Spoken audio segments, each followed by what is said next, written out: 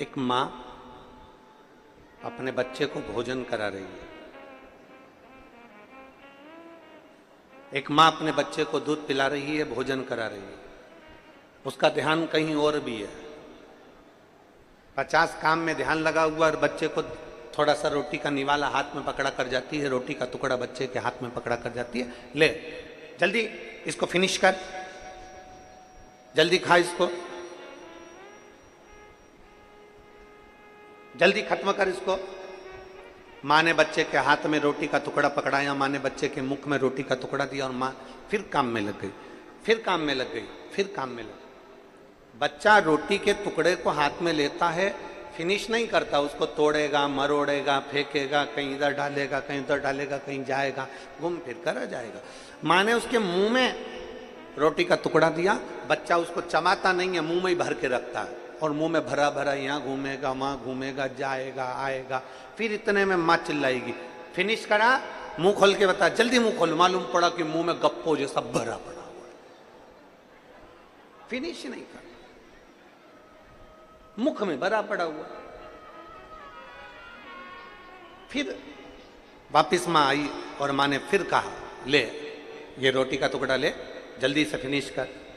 अब माँ का ध्यान मोबाइल में है, माँ का ध्यान रसोई घर में है, माँ का ध्यान सिलाई में है, माँ का ध्यान दूसरी जगह लगा हुआ है, माँ का ध्यान झाड़ू पोछा में लगा हुआ है, माँ का ध्यान 50 जगह पर लगा हुआ है और उसका ध्यान बच्चे को रोटी जरूर पकड़ाई है, बच्चे को रोटी का टुकड़ा जरूर दिया है, पर बच्चा फिनिश नहीं कर रहा, पेट भर नहीं रहा। हाँ, अगर माँ जितना रसोई घर में ध्यान दे रही है, माँ जितना सिलाई में ध्यान दे रही है, माँ जितना मोबाइल में ध्यान दे रही है, माँ जितना इंस्टाग्राम पर ध्यान दे रही है, माँ उतने ही दिल से बेटे के पास में बैठती और 2 रोटी का टुकड़ा अगर दिल से खिलाती तो बच्चा उसी समय पर फिनिश भी करता और खा भी लेता।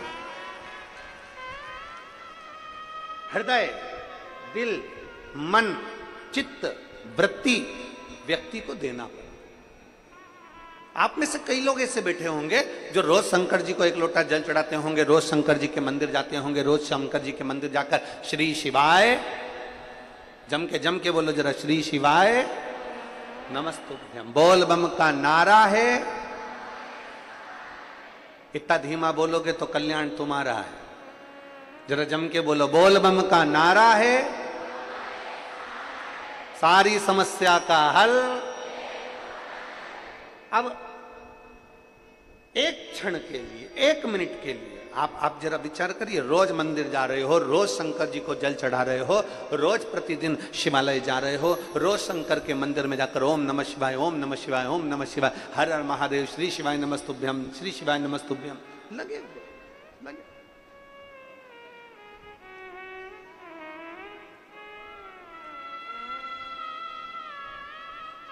प्रतिदिन लगे।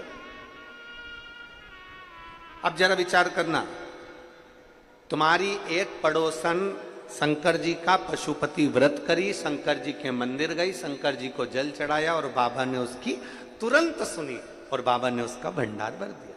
अब तुम रोज मंदिर जा रहे हो, रोज झाड़ू भी लगा रहे हो, रोज सेवा भी करो, फिर भी नहीं सुन रहा,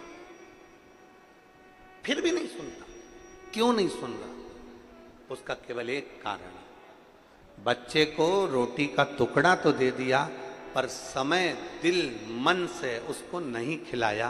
बच्चा मुंह में भर कर बैठा रहेगा, खाएगा नहीं। उसी तरह मंदिर रोज जाओ, 1 लोटा जल रोज चढ़ाओ, शंकर जी का गुणगान रोज गाओ, सावन के महीने में 2 लोटा जल रोज चढ़ाओ, रोज शंकर की स्तुति करो। पर याद रखना, तुम्हारा अगर आधा घंटा मंदिर में निकल रहा है, 20 मिनट मंदिर में निकल रहा है, 25 मिनट तुम मंदिर में निकाल रहे हो, तो 25 मिनट में से कम 5 मिनट ऐसा होना चाहिए कि शंकर तुम्हारे दिल में और तुम शिव के दिल में विराजमान होना चाहिए, तो समझो कि जल चढ़ा।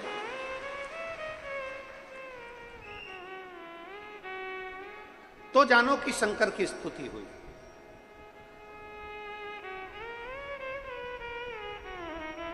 और आप आए नहीं, सुबह हो गई, मेरी पूजा की थाली धरी की धरी रहे।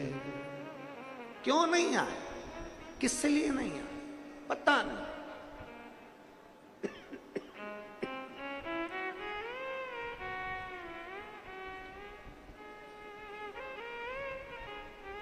जाओ शिवालय, जाओ देवालय, जाओ शंकर के मंदिर, थोड़ा चित्त लेकर जाना, थोड़ा मन लेकर जाना।